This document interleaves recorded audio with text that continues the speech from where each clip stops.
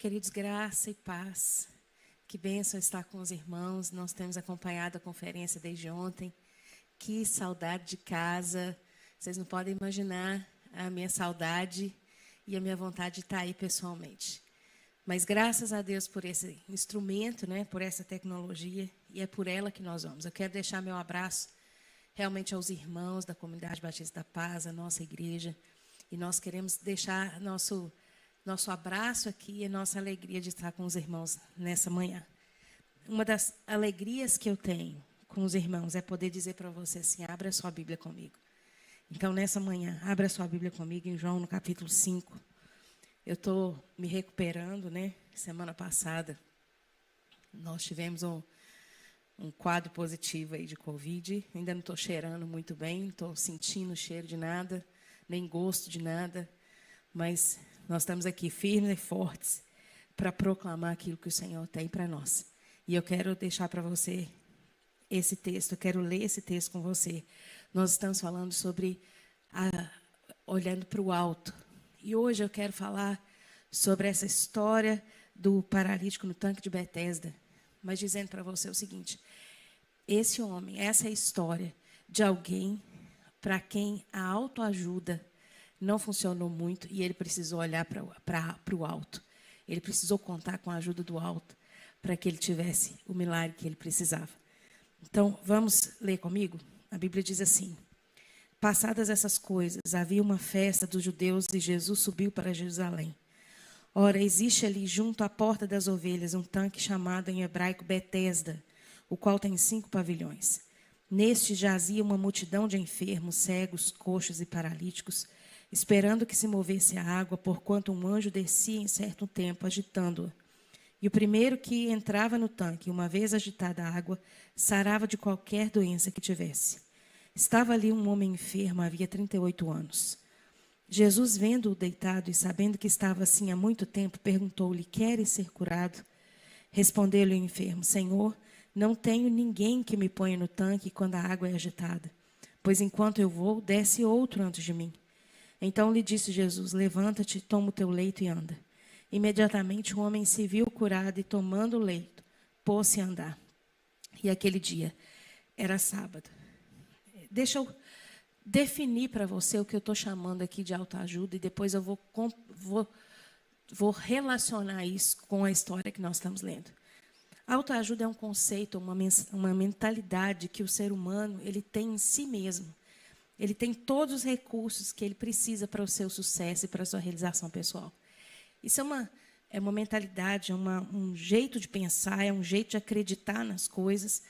E essa mentalidade traz junto com ela uma promessa. Mesmo que não seja uma promessa explícita, ela traz uma promessa implícita de que se a pessoa tomar alguns passos, né, se ela tomar algumas decisões, se ela tomar algumas atitudes práticas, como comer melhor, cuidar da saúde, livrar-se dos relacionamentos tóxicos, né? Isso agora está na moda, né? Livrar dos relacionamentos tóxicos.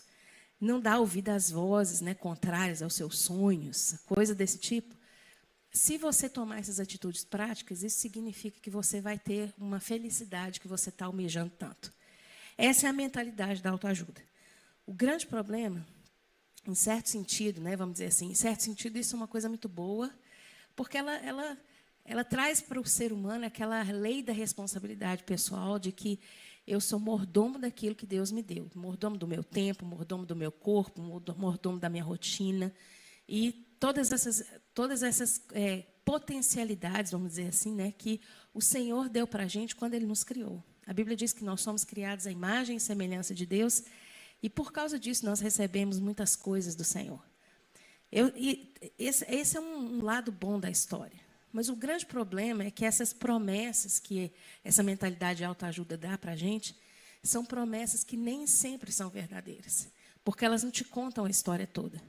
Né? Elas são uma promessa implícita de que se você tomar algumas atitudes, tome passos para o sucesso, passos para a felicidade, passos para ter uma vida melhor. Se isso acontecer para você, ela diz para você que se você usar todo esse seu esforço, toda essa sua potencialidade, você vai receber de Deus tudo que você precisa, ou receber na sua vida a felicidade e a conquista que você tanto quer. Só que muitas vezes a gente não se lembra de que, por exemplo, mudar a vida, quando a gente muda alguma coisa na nossa vida, isso não significa que todas as outras coisas da nossa vida mudaram também. É muito interessante que quando a gente olha para a nossa vida, a gente sabe que nem sempre a nossa vida está 100% naquilo que a gente gostaria que ela tivesse. Às vezes a gente melhora nosso peso, por exemplo, mas os nossos relacionamentos não estão bons. Ou a gente melhora o relacionamento com um, mas acontece, a gente está sem dinheiro para outra coisa. Então, nem sempre a nossa vida está 100% em todos os aspectos. Essa é uma mentalidade que a gente precisa ver com bons olhos, num sentido, mas com muito cuidado, por outro lado. E eu vou te mostrar nessa história como esse paralítico que buscava, aguardava um milagre, aguardava uma mudança de vida, estava crendo numa coisa que poderia dar para ele essa cura, mas, na verdade, só a cura do alto resolveu na vida dele. Né? A Bíblia diz que esse homem estava ali no tanque de Betesda. Deixa eu só abrir um parêntese aqui, antes da gente continuar, para a gente conversar sobre a água e o simbolismo da água em João. É muito interessante como a água é especial para João, é especial para esse escritor, e como ela apresenta um simbolismo tão forte em João. Se você for capítulo por capítulo, por exemplo, no capítulo 1, você tem a água no batismo de Jesus, né, quando João Batista estava batizando. No capítulo 2, você tem a água que se transforma em vinho. No capítulo 3, você tem a conversa de Jesus e Nicodemos, quando Jesus fala assim, olha, é importante que você nasça da água e do Espírito, mostrando a importância de ser batizado também. No capítulo 4, você vê a samaritana no poço de Jacó, buscando por uma água, e Jesus oferecendo uma água superior para essa mulher. No capítulo 5, você vê o paralítico do lado do tanque de Betesda, do lado de uma suposta água que cura, né? E Jesus oferece um outro tipo de cura para ele. Você vê no capítulo 6 que Jesus anda sobre as águas. No capítulo 7, você vê Jesus se declarando a água viva. No capítulo 13, você vai ver Jesus usando a água como símbolo de humildade no lava-pés. Depois você vai ver no capítulo 19, Jesus na crucificação, quando a água e o sangue saem do seu lado, e isso tem um simbolismo forte também. E Jesus, lá no último capítulo de João, recuperando Pedro à beira da água. Sabe, a água tem um simbolismo muito especial em João e nessa história que nós vamos entrar, que nós vamos falar. É interessante que esse tanque de Betesda, essas águas que curam, essas águas que curavam no tanque de Betesda, e Betesda significa casa de misericórdia. O que é mais irônico nessa história é que essa casa de misericórdia não exercia misericórdia para todo mundo. Era uma casa de misericórdia, uma pretensa casa de misericórdia, que não tinha misericórdia para todo mundo, porque a Bíblia diz que tinham multidões de coxos, de paralíticos, de cegos, esperando uma oportunidade. Sabe, eram umas águas que tinham a fama de que curavam, mas que, na verdade, só abrigavam a multidão de coxos, de necessitados, de paralíticos. E aí, é interessante, porque essas pessoas estavam esperando por duas coisas. Elas esperavam por oportunidade ou uma casualidade, quando acontecesse das águas se mexerem. Eu não posso entrar em detalhes aqui, porque eu não tenho tempo, mas a fonte dessas águas eram fontes intermitentes.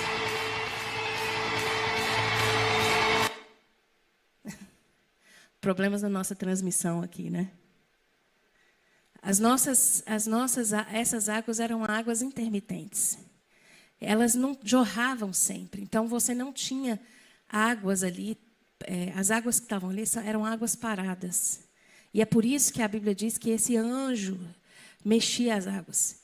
Mas é porque, na verdade, as águas vinham brotando sazonalmente. Elas não aconteciam sempre. Não era uma fonte que jorrava sempre. Era uma fonte que jorrava intermitentemente. Então, quando ela vinha, quando a água jorrava, a água que estava parada mexia por causa da água nova que estava chegando. Então, eles tinham essa impressão de que o anjo estava fazendo isso e a água estava mexendo. E aí, os que estavam ali necessitados esperavam por oportunidade. Eles esperavam quando acontecesse. E eles esperavam até por uma coisa, uma espécie de sorte. Porque tudo tinha que conspirar a favor deles para que eles conseguissem a tal da cura. Era uma cura baseada basicamente nos esforços próprios de quem estava lá. Era uma cura baseada nos esforços de quem conseguia chegar primeiro, de quem conseguia ser o mais rápido, de quem conseguia ser o menos aleijado, né? Vamos dizer assim. Porque quem que tivesse lá paralítico, que tivesse, por exemplo, um cego que pudesse correr, o cego ia correr primeiro e o paralítico ia ficar para depois. E é isso que esse paralítico está dizendo. Eu ainda não consegui chegar lá. Né? Em certo sentido, esse tanque de Betesda, ele vai se apresentar de forma muito similar a essa mentalidade que a gente está chamando de mentalidade de autoajuda e que tem entrado nas igrejas como se fosse coisa de Deus, mas que não é de Deus. Então, ele fala assim, olha, inclusive, a gente vai ver que é uma espécie de teologia embutida, né, nos ensinamentos e que você vai ver isso de uma forma tão forte, que promete o sonho da felicidade própria, o sonho da realização própria, o sonho de que você vai ser feliz, o sonho de que você vai ter sucesso, o sonho de que você vai estar no topo de tudo. Entenda o seguinte, deixa eu te mostrar historicamente um pouquinho, deixa eu só abrir um outro parênteses aqui para te mostrar historicamente isso. Na época dos meus pais, quando o Brasil tinha uma inflação horrorosa, que você comprava 1 quilo de feijão por um preço de manhã e de tarde era outro preço, e que muita gente vendia casa num dia e no outro dia o dinheiro todinho que ele tinha pegado não valia mais nada. Naquela época existia uma teologia chamada teologia da prosperidade que dizia para você o seguinte, olha, Deus vai colocar você por cauda, quer dizer, Deus vai colocar você por cabeça e não por cauda, que prometia para você a sua vida financeira restaurada. Você sabe qual que é a teologia que está entrando hoje? Hoje o Brasil está em certo sentido estabilizado economicamente. A gente não tem mais aquele medo da fome, porque a gente não vai ficar sem comer. Mas a gente tem um medo doido de trauma, a gente tem um medo doido de decepção, a gente tem um medo doido de falta de propósito, a gente tem um medo louco da gente ficar, como é que eu vou dizer, decepcionado de alguma forma, frustrado de alguma forma. Esses são os nossos medos. E para esses medos, existe uma nova teologia, que diz, dessa teologia que te vende o sonho da felicidade própria. Você não vai ter o sonho da casa própria, mas você vai ter o sonho da felicidade própria. Sabe, isso é histórico. Em certo sentido, o tanque de Betesda é exatamente a mesma coisa. O tanque de Betesda vendia uma mentalidade de que quem conseguisse chegar naquele poço e quem conseguisse chegar naquelas águas sairia curado de lá. Só que, entenda uma coisa, assim como a mentalidade da autoajuda não funcionava para todo mundo, o tanque de Betesda também não funcionava para todo mundo. Você vai ver que só funcionava para os primeiros. O primeiro, que nem são os primeiros, o primeiro que conseguisse colocar o pé naquela água. Né? Aquele que fosse o mais rápido, o mais dedicado, que tinha maior recurso, o de maior condição física, né? O menos aleijado, como eu já disse, ou os mais novos, os mais espertos para achar uma estratégia quando a água mexesse, de entrar mais rápido. É assim que funciona a mentalidade de autoajuda. Ela vai funcionar para quem vai em todos os congressos, para quem sabe tudo, para quem compra todos os materiais, para quem é o mais espiritual, para quem é o mais esperto, para quem é o mais tecnológico, para quem é o mais... E os menos? Para esses ela não funciona. Assim como a mentalidade da autoajuda, o tanque de Betesda não funcionava sempre, ele só funcionava de vez em quando. É assim que funciona também. Ele só funcionava quando as águas se mexiam, ou quando essa fonte jorrava e jogava a água velha fora e chegava uma água nova. Da mesma forma, Todas essas estratégias só funcionam de vez em quando, elas não funcionam sempre, porque elas são limitadas. Elas não estão disponíveis livremente, mas elas só estão disponíveis para quem faz do poço, do tanque de Betesda, o seu lugar de viver. Entenda o seguinte, aqueles paralíticos não podiam ir embora para casa. A Bíblia não diz que esse homem estava 38 anos sentado no poço, no tanque. Mas ele diz que esse homem estava paralítico há 38 anos. A gente não sabe quanto tempo ele estava no poço, no tanque. Mas a Bíblia fala que vivia ali multidão de coxos, paralíticos, aleijados, necessitados de uma cura. Isso me faz entender o seguinte, a pessoa que apostava na cura do tanque, ela tinha que fazer do tanque a sua vida, o seu meio de vida, o seu estilo de vida. Se ela saísse dali por qualquer razão e a água agitasse, ela tinha perdido a oportunidade dela. Entende? Ela tinha que viver em função do tanque, ela tinha que viver em função daquela água, porque sabe lá quando a água vai agitar. Sabe lá, pode ser que eu seja o próximo. Você imagina passar uma vida inteira esperando por uma famosa água que cura e que você tem que fazer da sua vida. Você não pode voltar para casa, porque se você voltar para casa e a água mexer, você perdeu a sua cura. Era isso que estava acontecendo aqui. Da mesma forma, essa mentalidade da autoajuda é exatamente isso. É assim que ela funciona. E ela diz o seguinte, olha, tem sempre um novo segredo para você aprender. Você já reparou isso? Existe sempre um novo passo, uma nova estratégia, se você fizer mais uma coisinha, só falta essa coisinha para você fazer, para você receber isso que você está querendo. Assim como o tanque não era a fonte verdadeira de milagre, porque isso aqui não podia ser chamado de fonte verdadeira de milagre. Ele curava de vez em quando, ele tinha propriedades terapêuticas, vamos dizer assim, mas isso não era a fonte de milagre. Da mesma forma, algumas dessas declarações que a gente está ouvindo, que são declarações de cura, de sucesso, de portas abertas, podem não ser verdadeiras. E eu fiz questão de te mostrar algumas dessas coisas que têm entrado nas nossas igrejas, nas nossas pregações, nos nossos playlists, né, de pregações da internet, e que estão lá. Eu só não posso te dizer o nome porque eu não quero ser processada, mas você deve conhecer muitas dessas frases. E que trazem para você, que são entregues para nós como igreja, num ambiente muito gostoso, de música no fundo, de aleluia, glória a Deus, como se você estivesse num encontro com Deus. Olha só, algumas dessas declarações que a gente tem escutado, que são dessa mesma mentalidade como a do tanque de Betesda, mas que não são verdadeiras. Não podem te trazer a cura que elas estão prometendo. Olha só, uma delas. Você vai sair daqui hoje acreditando que você é perfeito, sem defeitos. Olha, a Bíblia fala que Jesus, falando com aquele homem rico, que acreditava que ele também não tinha defeitos, Jesus falou, olha, o moço rico, né, falando, olha, eu faço isso, eu faço isso, faço isso, faço isso. E Jesus falando para ele assim, olha, falta uma coisa para você, vai e vende tudo que você tem e dá aos pobres. Porque esse homem começou o diálogo dizendo assim, bom mestre. E Jesus falando para ele assim, olha, por que você está me chamando de bom? Porque bom é só o Senhor. Dizendo, olha, não existe ninguém completamente perfeito. A Bíblia diz que aquele homem, depois do diálogo com Jesus, saiu, foi embora triste, porque ele tinha muitas riquezas. Ele realmente não estava tão perfeito como ele achava que estava. Foi só Jesus fazer uma pergunta para ele, ou pedir uma coisa para ele, e ele percebeu que ele não poderia atender a Jesus naquele momento. Então, entenda o seguinte, é exatamente isso que a gente tem escutado. Isso é uma das frases que a gente tem escutado. E diz, olha, uma outra coisa.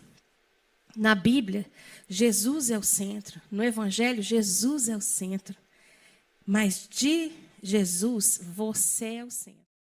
Somos o ponto fraco de Deus. Quando eu escuto um negócio desse, a impressão que eu tenho é que a gente está vendo muito filme da Marvel. Filme de Deus mitológico. De Deus que tem fraqueza, como Aquiles, né? que era muito forte, muito forte, muito forte, mas ele tinha um pedacinho assim, ó, no tendão de Aquiles, que foi onde ele recebeu a flecha e morreu. Queridos, o dia que você descobrir fraqueza no Deus que você está servindo, nesse aqui, você larga essa Bíblia e vai embora para casa, porque ela não presta para mais nada. O dia que Deus tiver uma fraqueza, a fraqueza do Senhor não somos nós. Ele não tem fraqueza. Ele não tem um ponto fraco. Nós não somos o centro de Jesus. Nós não somos tão especiais assim como nessa proporção, ou nessa dimensão, para colocar Deus menor do que nós mesmos. Queridos, isso é mentira. Isso é uma falsa ideia de que nós somos tão maravilhosos, de que nós somos tão grandes, que nós somos o centro de Jesus. Nós não somos o centro de Jesus, nem a fraqueza de Deus. Isso é uma das mentiras, né, que a gente tem escutado. E quando a gente escuta isso, é interessante que quando você vai ver essas pregações na internet, elas estão recheadas de aleluia e glória a Deus, em ambiente assim de penumbra, quase escuro, num ambiente assim de muita, vamos dizer assim, de vulnerabilidade emocional. E aí você escuta a pessoa falando aleluia, glória a Deus, e chora. Deixa eu te dizer uma coisa, você não está chorando por causa de Deus. Você não está chorando por uma verdade bíblica quando você escuta isso. Você está chorando por uma mentira que você está acreditando. Depois, uma outra dessas pretensas verdades, ou de uma pretensa cura, quando ele fala assim, eu escutei isso numa dessas pregações, ele fala assim, Deus planeja coisas para a sua vida e de diversas formas, inclusive pelas suas decisões, você pode apagar o que Ele escreveu para você. Olha, o dia que você puder apagar algum dos planos que Deus escreveu para você, você me conta. Porque a Bíblia diz o seguinte, olha, todos os dias da sua vida foram escritos, quando nenhum deles ainda havia. Está lá no Salmo 139. A Bíblia diz em Jó assim, olha, eu sei que o Senhor tem planos e nenhum dos seus planos podem ser frustrados. Você acha que se Deus quiser alguma coisa para você, você pode apagar o que Ele quis? Você acha mesmo que nós temos essa condição de apagar o que o Senhor quis para nós? Quando eu escuto esse tipo de coisa, uma outra, antes que eu prossiga, diz que Jesus estava conversando com o Pai no céu e de repente ele vê Adão lá embaixo e ele fala com o Pai assim, Pai, olha lá, ó, Adão vai comer a fruta. E Deus pergunta para Jesus assim, como é que você sabe que ele vai comer a fruta? E diz que Jesus fala para ele assim, eu sei, porque se eu estivesse lá eu também comeria. Sabe, colocando Jesus no mesmo patamar de Adão, quando a Bíblia diz que Jesus veio como o segundo Adão, porque o primeiro Adão pecou. O segundo Adão veio perfeito. O segundo Adão não comeria aquela fruta. Sabe, colocando Jesus no mesmo tamanho que o homem é. Esse tipo de teologia que põe o homem no centro. O homem é o centro de tudo. O universo gira em torno do homem e Deus gira em torno do homem também. Queridos, me parece que nessa nova teologia, o pecado de Adão não te pegou, né? Não pegou a gente aqui. A gente não foi afetado por essa queda. A Bíblia fala que Jesus avisou para a gente que viriam homens que falariam do mundo, o mundo os ouviria, porque eles eram do mundo. E é exatamente isso que eu vejo quando eu vejo esse monte de tanque de Betesda que se espalha como promessas de cura, como promessas de felicidade, como promessas de realização pessoal, quando, na verdade, Jesus vai aparecer nesse texto aqui como se fosse um contraponto, como se fosse quebrando toda a expectativa falsa, ou todo o ensino falso, ou toda esperança falsa daquele povo. É uma água viva do lado de uma água que diz que cura. Jesus aparece naquele tanque como realmente a água curadora, aquela que poderia curar e aquela que podia mudar a história de todas aquelas pessoas, não só daquele homem paralítico, mas de todas elas. Jesus vai quebrar esses paradigmas dessa quase falsa fonte de milagre, porque ela realmente curava, ela tinha as tais das propriedades. Mas entenda o seguinte, olha a diferença entre o tanque de Betesda e Jesus. O tanque de Betesda, as pessoas precisavam usar todo o esforço que elas tinham para chegar lá. E se elas tivessem muita sorte, elas conseguiam. Mas Jesus, ele dá o primeiro passo em direção ao paralítico. A Bíblia diz no versículo 6 que foi Jesus que viu ele deitado e sabendo que ele estava assim há muito tempo, pergunta para o paralítico, você quer ser curado? Olha Jesus dando o primeiro passo, olha Jesus indo ao encontro do paralítico dizendo, olha, eu tenho cura para você, você quer cura? Você quer ser curado?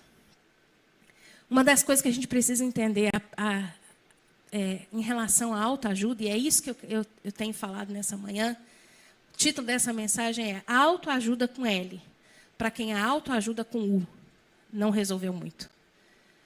Uma das coisas que a gente precisa aprender em relação à ajuda do céu, à ajuda do alto, é que Deus sempre, em nosso favor, deu o primeiro passo. A Bíblia diz que ele morreu quando nenhuma dessas coisas ainda, quando nós ainda éramos pecadores, ele morreu por nós. Quando nós ainda estávamos mortos em nossos pecados e delitos. A Bíblia diz que nós amamos porque ele nos amou primeiro. A Bíblia diz que Jesus é o cordeiro que foi sacrificado desde antes da fundação do mundo. Sabe, o primeiro passo é sempre de Deus em relação a nós, queridos. E isso é a ajuda do alto. É essa ajuda que Jesus vai trazer. Você acha que tirar a condição de um paralítico da condição de paralítico para colocar numa condição de andante é uma coisa simples de fazer? É uma coisa que só Deus pode fazer. É uma coisa que vem dele primeiro. Uma outra diferença é que Jesus torna essa cura acessível para quem tinha muito pouca chance de conseguir isso de outro jeito. Esse paralítico provavelmente era um dos que tinha a menor chance de chegar nessa água que cura, porque ele era paralítico. A outra pessoa que, por exemplo, fosse surda, ela podia correr primeiro. Outra pessoa que fosse mais rica, que tivesse gente à disposição, servos à disposição, o servo podia jogar ele lá primeiro. Mas esse paralítico, ele não tinha ninguém que o ajudasse. Quando Jesus pergunta para ele se ele queria ser curado, ele estava imaginando que Jesus estava falando com ele assim, você quer que a água te cure? Essa tanque de Betesda te cure? Ele já tinha uma resposta pronta para Jesus. Ele falou assim, Jesus, Senhor, que ele não sabia que era Jesus, eu não tenho ninguém que me põe lá. E sempre tem um primeiro. Essa é a coisa. Nas mentalidades de autoajuda, sempre existe um primeiro. E muitas pessoas não têm condição e força emocional, força interna para ser o primeiro.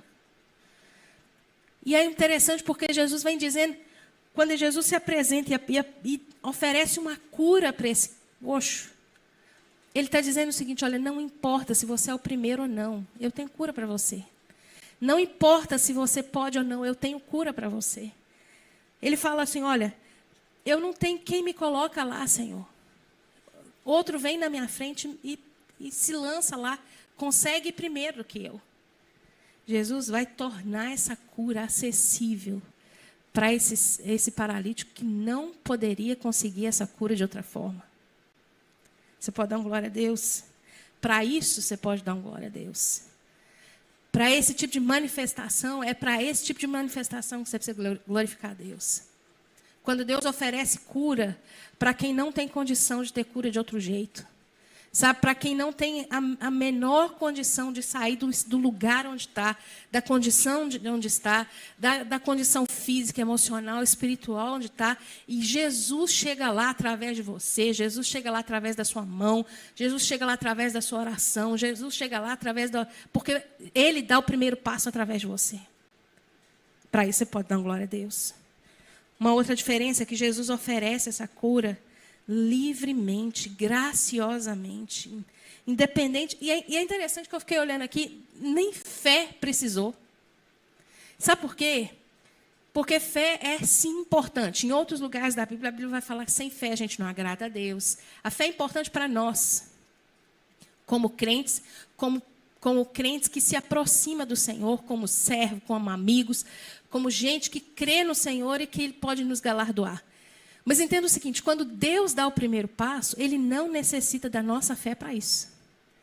Ele não está limitado pela falta de fé.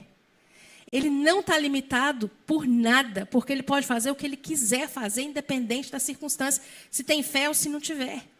Porque Ele não perguntou para esse homem se ele tinha fé para ser curado, Ele só perguntou para esse homem se ele queria ser curado. E é interessante isso, porque Jesus dá primeiros passos em outros lugares também. Quando você vai ver, por exemplo, que Ele foi levantar o filho morto da viúva de Naim. Foi Jesus que viu o caixão, foi Jesus que viu o funeral passando, e foi Jesus que foi lá e parou e levantou o menino e entregou o menino de novo para a mãe dele. Não precisava nem de fé. Sabe, nesse caso aqui, uma das coisas que eu vejo é que a autoajuda precisa de muito esforço, ela precisa de muito tudo, muito recurso, muita sorte, muita oportunidade, muito tudo. Enquanto que a ajuda do céu, a ajuda do alto, é uma ajuda que vem puramente da vontade de Deus, puramente de Deus querer se aproximar de nós e nos abençoar. Fala para mim se isso não é melhor do que qualquer outra mentalidade. Fala para mim se crer nisso, se não acreditar nisso, não é melhor do que qualquer outra coisa. É sobre isso que a gente está falando nessa palavra, sobre a diferença entre essa ajuda que as potencialidades humanas podem trazer e a ajuda que o alto pode trazer. Sabe? Olhar para o alto. Entenda essa diferença. É diferente de olhar para si. É diferente de olhar para as suas próprias potencialidades. E é interessante porque quando a gente define sucesso nessa perspectiva, pode ser que o sucesso nessas perspectivas também são diferentes. Para alguns, para o crente, o sucesso não é a prova de que ele é muito maravilhoso, de que ele pode muito.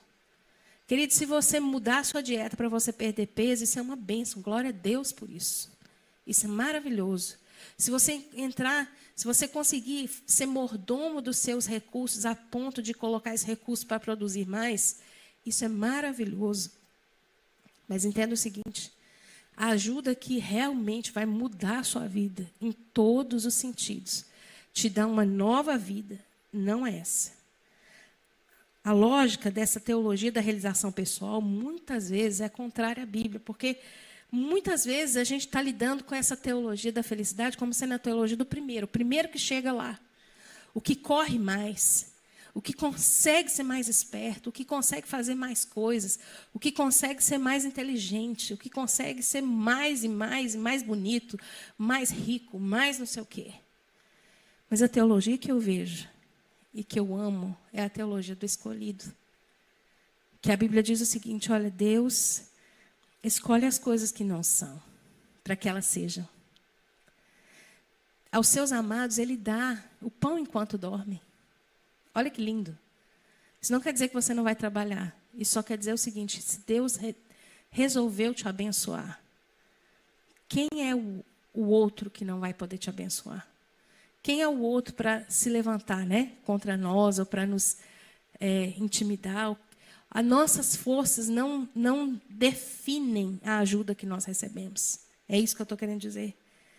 A Bíblia diz, Provérbios 21, 31, prepara-se o cavalo para o dia da batalha, mas é o Senhor quem dá a vitória. Queridos, a gente faz, a gente esforça, a gente vai, mas a gente entende o seguinte, olha, coisas que realmente transformam, ajudas que realmente são poderosas, elas vêm do Senhor e de ninguém mais. A Bíblia diz em Salmo 108, com Deus conquistaremos vitórias e Ele pisará os nossos adversários. Um outro texto em Salmo 44, não foi pela espada que conquistaram a terra, nem pela força do seu braço que alcançaram a vitória, foi pela tua mão direita, pelo teu braço e pela luz do teu rosto, por causa do teu amor para com eles. És tu, meu rei e meu Deus. És tu que decretas vitórias para Jacó. Você pode dizer um amém para isso? Você vai ver uma história de Deus mudando a sorte de Jó, a sorte de José, a sorte de Raabe, não porque eles eram os primeiros. Jó era um morto ambulante. Jó só faltava enterrar. E a Bíblia diz que isso não foi impedimento para que Deus mudasse a história dele. Você vai ver um José, imigrante, preso, escravo, e que Deus tira esse José de dentro da cadeia para fazer dele um governador. Fala para mim se a ajuda do alto não é melhor do que a autoajuda. Fala para mim se nós pudermos contar com a ajuda do alto, se ela não é infinitamente superior a qualquer outra ajuda que nós possamos ter de nós mesmos. A Bíblia diz que Deus escolhe Raabe. Quem era Raabe? Raabe não tinha nada para oferecer para que a sua vida mudasse.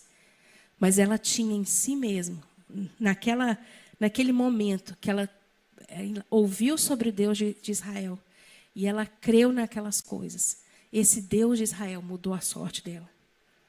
Entenda uma coisa, a autoajuda vai se manifestar, a ajuda de Deus vai se manifestar pessoalmente, não nas estratégias de massa.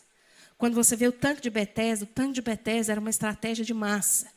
Era uma estratégia que abrigava muitos coxos, muitas multidões de paralíticos, coxos, aleijados e cegos. Juntava todo mundo ao redor daquele poço, mas que não fazia milagre por eles.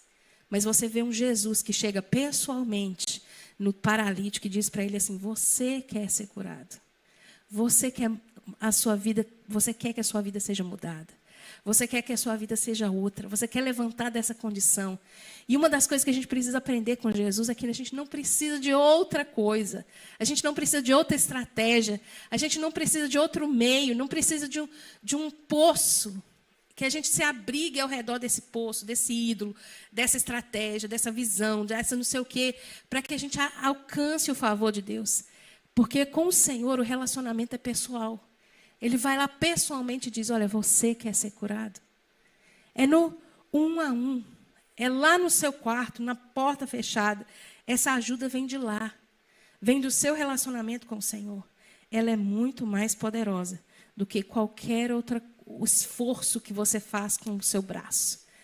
Queridos, qualquer esforço que nós fizermos vai mudar a nossa vida, mas de forma limitada. A Bíblia diz que as coisas que são feitas no poder do Espírito, elas são diferentes. A Bíblia fala que não é por força, não é por violência, mas é pelo poder do Espírito Santo de Deus. E nesse poder, a Bíblia fala que esse poder levantou inclusive a Jesus dentre os mortos. E por causa disso, se habita esse poder em nós, nós também poderemos ver tantas coisas na nossa vida sendo mudadas. Essa é uma conferência sobre olhar para o alto, ao invés de olhar para o alto. Essa é uma conferência em que Jesus se apresenta como a verdadeira água que cura. Que Jesus é melhor do que qualquer outro tanque de Betesda. Essa é uma conferência para que você aprenda a diferenciar o que você tem ouvido, o que você tem enchido o seu coração, com o que você tem enchido o seu coração, com que tipo de verdade, ou com que tipo de promessa de cura que você tem abrigado no seu coração. É tempo de você, eu quero desafiar você, para que você diferencie esses dois tipos de ensino, esses dois tipos de ajuda. E é interessante porque 2 Timóteo 4 diz que haveria um tempo em que as pessoas teriam tanta dificuldade de escutar a sã doutrina, que elas escutariam como se elas tivessem doença no ouvido, comichão no ouvido. Elas não escutariam a verdadeira palavra, elas dariam ouvido a fábulas, aquelas coisas que não era Deus que estava falando.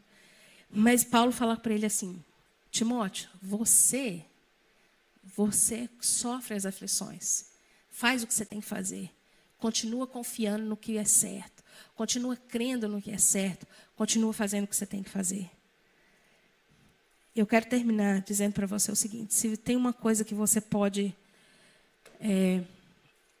confiar, é que Deus não depende dos nossos esforços para que Ele nos abençoe. Ele não depende de nada que nós somos, das nossas justiças próprias, das nossas forças maravilhosas para nos abençoar. Porque se Ele quiser fazer isso, e Ele sempre quis, Ele vai fazer isso independente de nós. Hoje eu quero te desafiar a aprender a olhar para o alto. Aprender a buscar a ajuda do alto. Porque essa é melhor do que qualquer tanque de Betesda. Vamos orar?